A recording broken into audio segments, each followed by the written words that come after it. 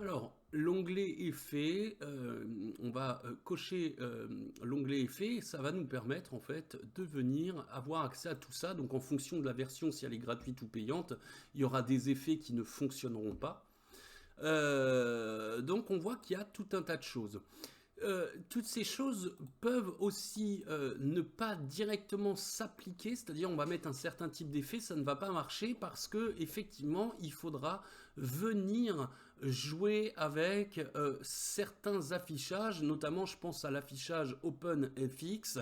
L'affichage OpenFX par exemple, c'est quand on va jouer avec certains effets et pour qu'ils soient pris en compte sur certains paramètres, il faudra mettre affichage OpenFX.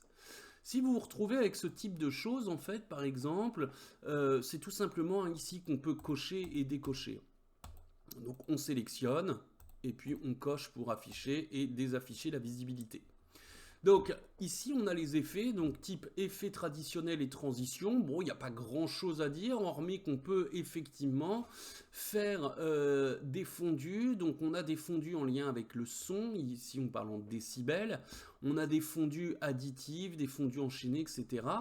Ce qui est intéressant, c'est que si je positionne mon curseur, je peux balayer comme ça et il va me lire le type effectivement de fondu. Alors là, il se passe rien. Pourquoi? Parce que effectivement, on voit que ici, mon plan, j'ai rien en dessous, j'ai rien au-dessus. Donc, je vais pas pouvoir effectivement voir grand-chose. Donc, par défaut, il va se mettre au noir. Maintenant, si je me mets par exemple comme ça, je sélectionne celui-ci et je le place en fait devant. Non, déjà, il faudrait que je me mette comme ça et voilà ici. Hop. Alors, visiblement, je suis pas sur le bon.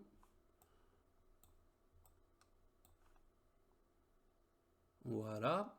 Donc il fallait juste que je mette ici, j'ai pas fait attention, le curseur sur un point effectivement où on viendra enchaîner la fondue. Et du coup, en fait, je me retrouve effectivement à pouvoir visualiser ce que ça pourrait donner directement en fondue. Donc j'ai une fondue additive, j'ai une fondue enchaînée, je pourrais regarder ce que ça donne avec une fondue en flou, etc. Donc pensez bien à vous mettre comme ça et pas comme ça, bien entendu, parce que ça ne marchera pas. Donc ici on a les fondus enchaînés, je vais les enrouler. Hop, ici les fondus enchaînés donc en audio et en visuel. On a les fameuses transitions. Bon là après voilà, c'est tout un art d'utiliser ça, enfin tout un art. Faut aimer. Bon voilà, c'est bien pour faire des petits films. Voilà, type souvenir de vacances, souvenir de famille, mais après, il faut vraiment en avoir une utilité. Donc on a les iris, on a les mouvements et on voit ce que ça donne, etc. Si par exemple j'ai envie d'en mettre un, il suffirait tout simplement que je fasse un glisser-déposer ici, hop, pour qu'il puisse s'appliquer. Donc maintenant on va regarder d'un petit peu plus près.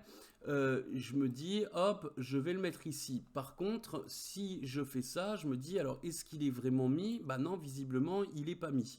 Donc je regarde et je me dis, bah visiblement, ça ne fonctionne pas.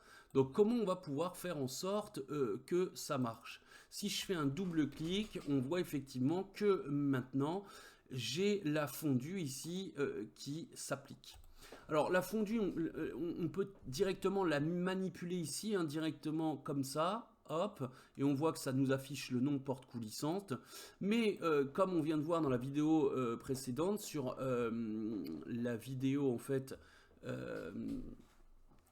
concernant l'inspecteur, on voit maintenant qu'effectivement on a accès ici avec le panneau inspecteur. Donc bon, on a toujours accès ici à la vidéo, mais maintenant ça nous a débloqué ici la fonctionnalité transition, étant donné que ce plan contient maintenant une transition.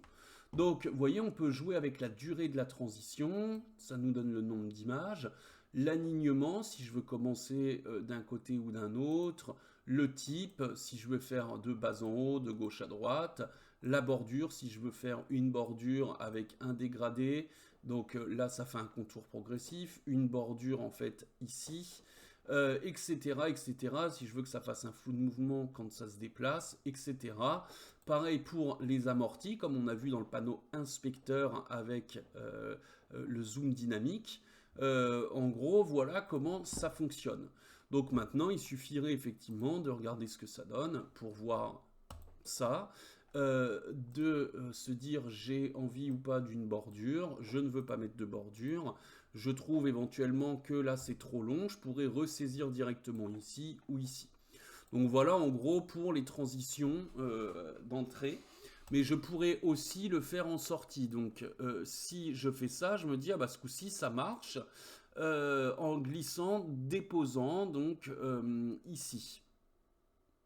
Et voilà, et je fais en fait mon zoom, ma transition en sortie. Bon, ça, il suffit d'essayer pour voir comment ça fonctionne.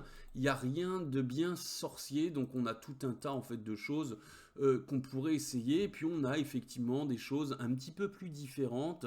Donc on voit effectivement caméra shake, voilà, voilà. Par exemple, je sais pas, j'ai envie d'utiliser ce genre de choses, par exemple, allez, pourquoi pas ça, hop, je fais un glisser-déposer, hop, et là je me dis, ah, ça fonctionne,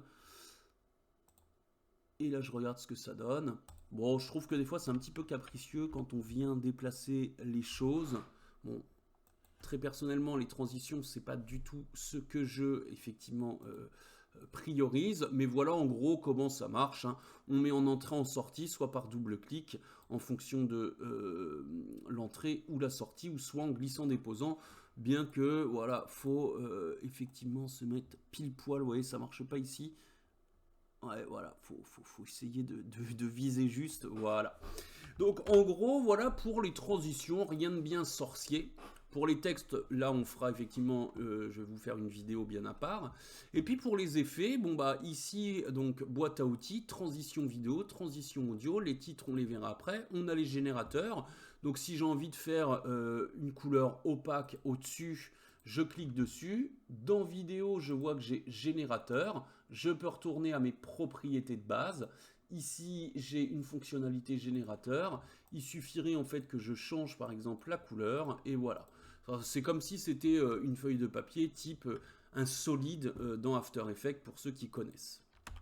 Bon, et puis je pourrais mettre des dégradés de couleurs, etc. Et puis ces dégradés de couleurs, on se dirait, bah oui, mais à quoi ça sert finalement? Il suffirait peut-être de se dire, bon, bah si je vais dans paramètres, on se souvient que dans le panneau inspecteur, on avait vu le mode compositing et je pourrais effectivement commencer à regarder s'il n'y a pas possibilité effectivement de se dire, ouais, je trouve que ça c'est sympa, je vais baisser un petit peu en opacité. Et puis peut-être retourner ici en me disant là bah, peut-être que cette couleur je sais pas, je pourrais changer, je pourrais faire par exemple ça, peut-être plus je sais pas, aller du jaune comme ça, voilà, etc. Bon, voilà le genre de choses qu'on pourrait faire. On a tout un tas de choses, hein. On a effectivement des gradients type fractal, donc voilà, ça peut faire ce genre de choses. Ici, je le sélectionne. Dans effectivement mon inspecteur, je vois que dans le générateur, bon bah là j'ai tout un tas de types de phénomènes fractaux. Donc ici j'ai un fractal très traditionnel, j'en ai d'autres, et je pourrais effectivement me dire, voilà, je les paramètres, grouillement, j'essaye de regarder ce que ça donne, et puis peut-être que je pourrais effectivement jouer avec ça, par exemple, me dire, voilà, je trouve ça sympa ou pas, hein. Voilà en gros. Bon, là on est plus dans le montage assez amateur, mais pourquoi pas, hein, pourquoi pas après essayer ce genre de choses. Après, on a effectivement bon, bah, d'autres effets. Par exemple, ici, je veux faire binocular. Hop, il suffirait de double-cliquer, par exemple, et ça l'applique. Pareil, ici, donc, je regarde dans vidéo mes propriétés, mais j'ai aussi maintenant les effets qui sont débloqués en lien avec l'effet binocular que j'ai mis. Et puis après, il suffirait, en fait, bah voilà, de regarder ce que je veux faire, etc. Si j'en veux plus, je peux le sélectionner, je mets la petite poubelle, boum, ça l'enlève, et ainsi de suite. Je peux d'abord regarder ce que ça donne avant de le valider, etc. J'ai après les fameux effets OpenFX, donc là c'est un petit peu plus différent, les effets OpenFX. Donc je peux travailler avec l'accentuation, donc si je me mets comme ça, on va essayer de mieux voir. Si je me paramètre comme ça et que je me positionne ici, on voit les effets qui s'appliquent. Donc j'accentue, etc. En fait, je mets tout un tas d'effets. Correction du voile qui est assez utile. Ça nous permet de corriger le voile, en fait. Euh, Type, ça coupe la lumière un peu, le voile type Mapbox, bien que ce soit pas un flair, mais on voit un petit peu ce que ça peut donner. Ça, c'est hyper intéressant. Donc, vous voyez, il y a tout un tas d'effets, en fait. L'effet flickering, vous voyez, il y a tout un tas d'effets. Etc., etc. Je peux mettre des grilles, je peux paramétrer les grilles. J'ai l'incrustateur 3D, donc par exemple, ça c'est bien pour effectivement ici les incrustations, faire sauter les fonds verts, chose qu'on verra un petit peu plus tard, les fameuses lueurs, etc. Donc s'il ne s'affiche pas, ou si vous voyez qu'il y a effectivement, comme je disais au début, quelque chose qui fonctionne mal, c'est qu'ici, effectivement, il faudra se demander de mettre en OpenFX. Et puis, effectivement, on verra que ça fonctionne. Et vous voyez, ça ne fonctionnera pas forcément sur certains types d'effets. Donc, il faudra bien ici l'activer. Voilà en gros, et puis après on a les fameux effets audio, pareil. Donc on a les fameux VST, donc ça c'est des VST, c'est des synthés virtuels, à condition d'en avoir téléchargé. Et puis ça c'est les effets très traditionnels hein, qu'on pourra retrouver dans le Fairlight quand on verra le son, qu'on peut, sans passer par Fairlight, venir glisser, déposer en fait tout simplement sur nos pistes audio et travailler ici l'audio directement dans l'inspecteur, là où on a sélectionné notre piste. Voilà en gros comment on applique des transitions et des effets. Vous voyez, il n'y a rien de très compliqué, il suffit juste d'essayer pour voir un petit peu comment se les approprier.